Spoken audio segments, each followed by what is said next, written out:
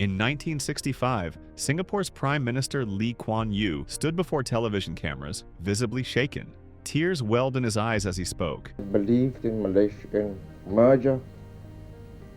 It was a moment no one expected. Singapore had just been expelled from Malaysia, not through a vote or debate, but through a signature. It was abrupt, unceremonious, and deeply humiliating. Suddenly, this tiny island was on its own, unwanted by its neighbor, unprepared for independence, and heading straight into crisis. But the pain didn't stop there. The British, who had maintained military bases in Singapore for over a century, announced they too would be leaving. These bases weren't just for security, they supported over 20% of Singapore's GDP. Their departure would rip a massive hole in the economy, triggering panic, unemployment, and uncertainty. Singapore had no natural resources, no oil, no farmland, not even enough water. It had to be imported from Malaysia. Unemployment was rampant. Nearly 1 in 5 people were jobless. Housing conditions were dire. Slums stretched across the island with entire families squeezed into tiny one-room homes. Ethnic tensions were raw. Just 2 years earlier, race riots had left dozens dead and hundreds injured. Trust between communities was fragile. The country had no real army, no international alliances, no central bank, and no guarantee it would survive another year. Foreign journalists called it a poor, messy Chinese island, doomed to fail or be swallowed up again by a larger power. And yet, that's not what happened. Over the next 5 decades, Singapore didn't just survive, it stunned the world. Today, this once overlooked island boasts one of the highest GDP per capita figures on Earth, $92,932, higher than the United States, United Kingdom, Germany, and China. It ranks among the cleanest, safest, and most business-friendly countries in the world. Its port is one of the busiest, its airport a global hub, and its passport among the most powerful. So how did a fragile, fractured island with nothing but problems become one of the most successful nations on the planet? The answer lies in revolutionary reforms, ruthless pragmatism, and the unshakable vision of one man, Kuan Yew, who turned crisis into opportunity and built a nation from scratch. This is the story of how Singapore defied the odds and redefined what a country can become. So let's find out.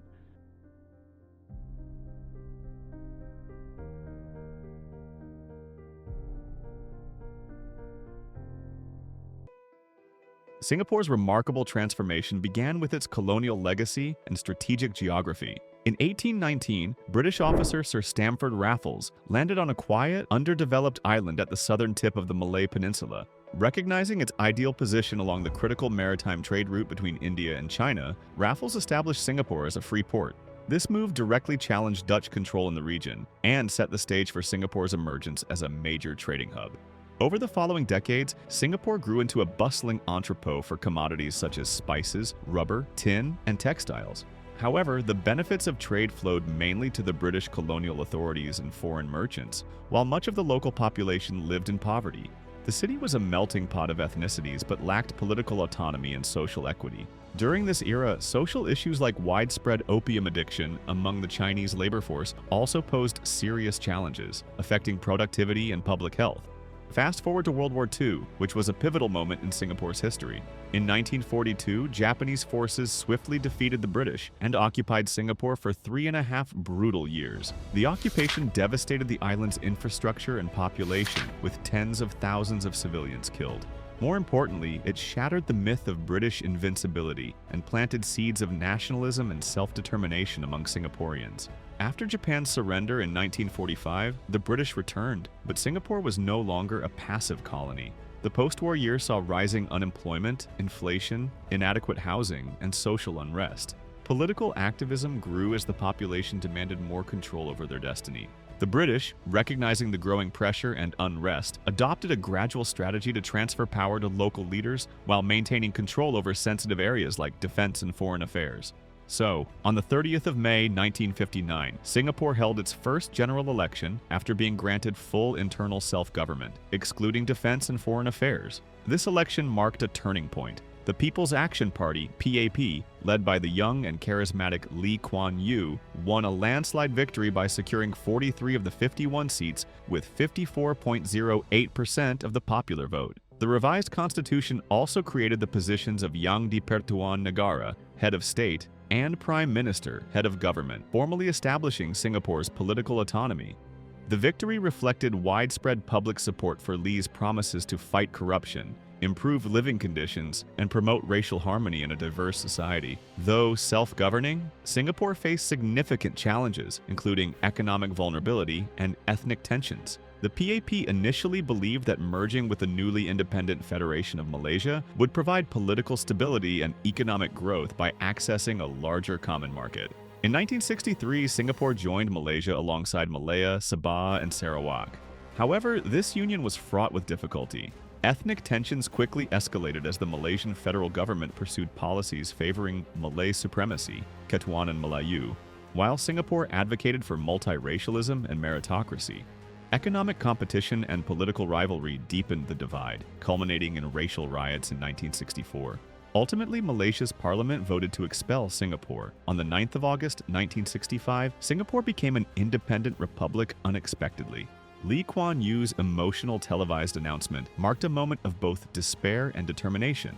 The fledgling nation had no army, no natural resources, and no hinterland. Its survival seemed doubtful. Lee Kuan Yew wasn't just a politician. He was a statesman with an engineer's mind and a chess master's foresight. Educated at Cambridge, Lee returned to Singapore during the late colonial period with a deep belief in meritocracy, discipline, and national survival. Under his leadership, the People's Action Party, better known as the PAP, would build a new Singapore from scratch. Lee's first war wasn't with other countries, it was with corruption.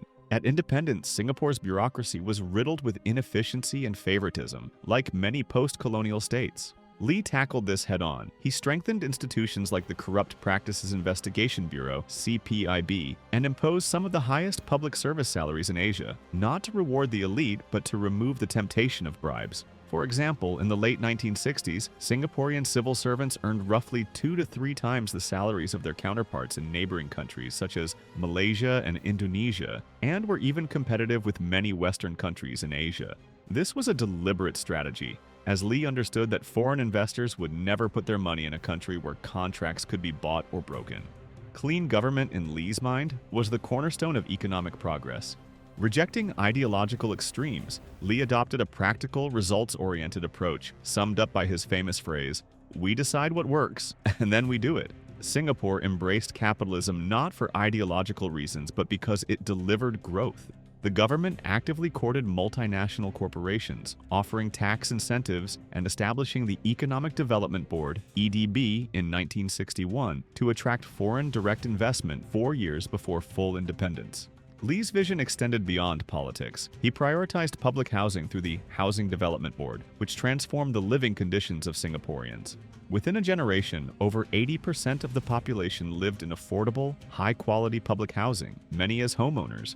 Education reform also played a crucial role. English was adopted as the primary language of instruction to ensure global competitiveness, while schools focused on science, technology, engineering, and mathematics skills. At independence in 1965, Singapore's economic prospects were bleak. The island was a small, swampy former port with no natural resources, no agriculture, and no domestic market. The separation from Malaysia meant losing access to a wider hinterland, while ethnic tensions added to the instability. To make matters worse, in 1967, the British government announced it would withdraw its military forces from Singapore by 1971. These bases had provided over 20,000 jobs and accounted for a significant share of Singapore's GDP. Fearing an economic shock, Singapore pleaded with Britain to delay the withdrawal, not for protection, but because thousands of Singaporeans depended on those jobs. The British agreed to a gradual exit, but this crisis became a catalyst for self-reliance. Yet, Lee's government had a bold vision. The EDB spearheaded efforts to industrialize rapidly by attracting global companies. Instead of viewing foreign firms as exploiters, Singapore welcomed them as partners. By the late 1960s, major companies like Shell, Exxon, Texas Instruments, Philips, and Hewlett-Packard had set up manufacturing operations. The government invested heavily in industrial infrastructure, transforming Jurong, a swampy western area, into a cutting-edge industrial estate. The port was modernized and expanded, becoming one of the world's busiest and most efficient. This helped Singapore become a major global shipping hub, a role it maintains to this day. During the 1970s and 1980s, Singapore moved up the value chain, from labor-intensive industries like textiles and toys to petrochemicals, precision engineering, electronics, and biotechnology. Vocational training and technical education were expanded to equip workers with the skills needed for these sectors. The results were extraordinary. Between 1965 and 1990, Singapore's GDP per capita skyrocketed from around $500 to over $12,000, lifting millions out of poverty and transforming the nation into a model of development. By the early 2000s, Singapore had firmly cemented its place as one of the world's leading financial and trade centers, punching far above its geographic weight. Its rise as a global finance hub was no accident, but rather the product of deliberate, long-term strategy. Singapore's corporate tax rate is among the lowest in the developed world, standing at just 17%. Combined with transparent regulations, robust intellectual property protection, and a swift business incorporation process, this has made the city-state a magnet for multinational corporations. In 2020, the World Bank ranked Singapore second globally in its Ease of Doing Business Index, ahead of countries like the United States and the United Kingdom. This environment not only attracts financial institutions, but also facilitates trade at an extraordinary scale. The Port of Singapore, operational since the Colonial era, has evolved into the world's busiest transshipment hub. In 2022, it handled over 37 million TEUs, surpassing global giants like Shanghai and Rotterdam in operational efficiency and connectivity. Situated at the confluence of major east-west maritime trade routes, the port capitalizes on the Strait of Malacca, the world's busiest shipping lane, making Singapore a vital node in global logistics. Parallel to its economic openness, Singapore has consistently invested in education and innovation. Nearly 20% of the national budget is allocated to education annually, a figure that underscores the government's belief in human capital as the cornerstone of national progress. Institutions like the National University of Singapore and Nanyang Technological University rank among the top 20 globally for engineering and technology.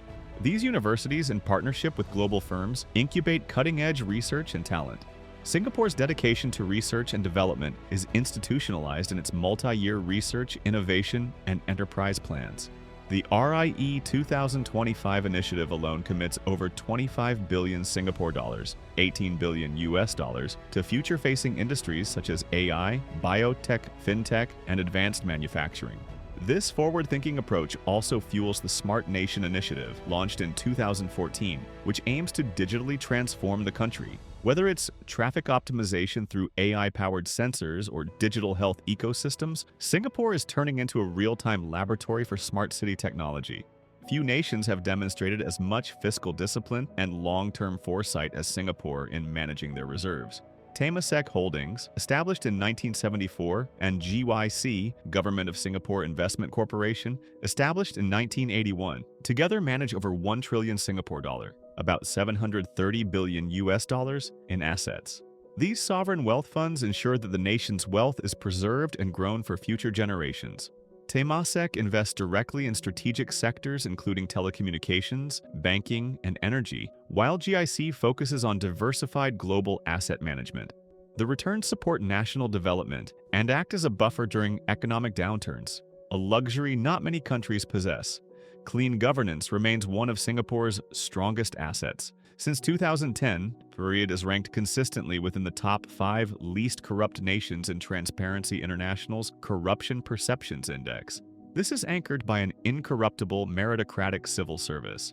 Unlike many nations where public office is a means of patronage or personal enrichment, Singapore's bureaucrats are selected through rigorous merit-based systems. Public service salaries in Singapore are among the highest in the world. For example, top-tier civil servants and ministers can earn upwards of 1 million Singapore dollars annually, a policy designed to attract talent and eliminate corruption.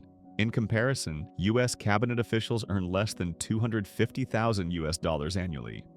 Kuan Yew understood early on that foreign investors would never place capital in a country where legal contracts were not sacred.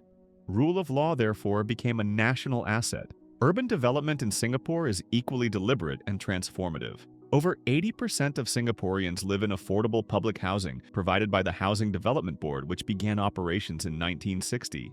The government not only supplies the flats but also encourages ownership, creating a sense of stakeholding and stability among citizens. The mass rapid transit system, launched in 1987, now stretches over 200 kilometers and services millions daily with Swiss watch precision. Singapore's City in a Garden initiative embodies the harmony between urbanization and nature. Iconic spaces like Gardens by the Bay, opened in 2012, are not merely aesthetic achievements but also act as lungs for the city. With green buildings, park connectors, and tree-lined boulevards, Singapore integrates sustainability into daily life, a stark contrast to the chaos and congestion of cities like Jakarta or Mumbai. As Singapore enters the third decade of the 21st century, it is undergoing another strategic transformation, shifting from traditional strengths in trade and finance toward high-tech industries, artificial intelligence, and a green economy. These aren't just policy trends, they are central to Singapore's survival in an era of climate instability, digital disruption, and geopolitical tension. Institutions like the Economic Development Board and the Smart Nation and Digital Government Office are leading this transition. The National AI Strategy, launched in 2019, aims to integrate AI across sectors like healthcare, logistics, and finance. The Green Plan 2030 outlines ambitious goals to cut emissions and transition to sustainable urban living. Singapore introduced Southeast Asia's first carbon tax in 2019, starting at 5 Singapore dollars per ton of CO2 equivalent emissions, with plans to increase it to 25 to 30 by 2030. Solar power infrastructure is expanding, and electric vehicle support is growing through widespread charging networks and cycling corridors. Meanwhile, Singapore is navigating an increasingly complex geopolitical landscape. Strategically located along vital trade routes, it must balance ties with both the U.S., with whom it maintains defense logistics facilities, and China, its largest trading partner. Rather than taking sides, Singapore champions multilateralism and regional stability through ASEAN and other platforms, preserving its independent foreign policy. Domestically, the nation faces a looming demographic challenge. By 2030, 1 in 4 citizens will be over 65. This aging population threatens to strain healthcare, social security, and productivity. In response, the government is raising the retirement age, investing in automation, and embracing immigration to sustain economic growth. Strategies that mirror those of nations like Japan and Germany. Climate change poses another existential threat. As a low-lying island, Singapore is vulnerable to rising sea levels and water scarcity. The Climate Action Plan 2022 focuses on desalination, water recycling, and coastal protection. Its long-term goal, a fully cleaner energy vehicle fleet by 2040, positioning itself ahead of regional peers in environmental governance. Singapore is often ranked among the most expensive cities in the world, especially when it comes to housing, cars, and private education. But it's also one of the safest, cleanest, and most efficient places to live, with world-class public transport, healthcare, and public housing that offsets the high cost of living for many residents. Have you ever visited Singapore, or is it on your travel bucket list? Let us know in the comments. And if you've been there, what impressed you the most?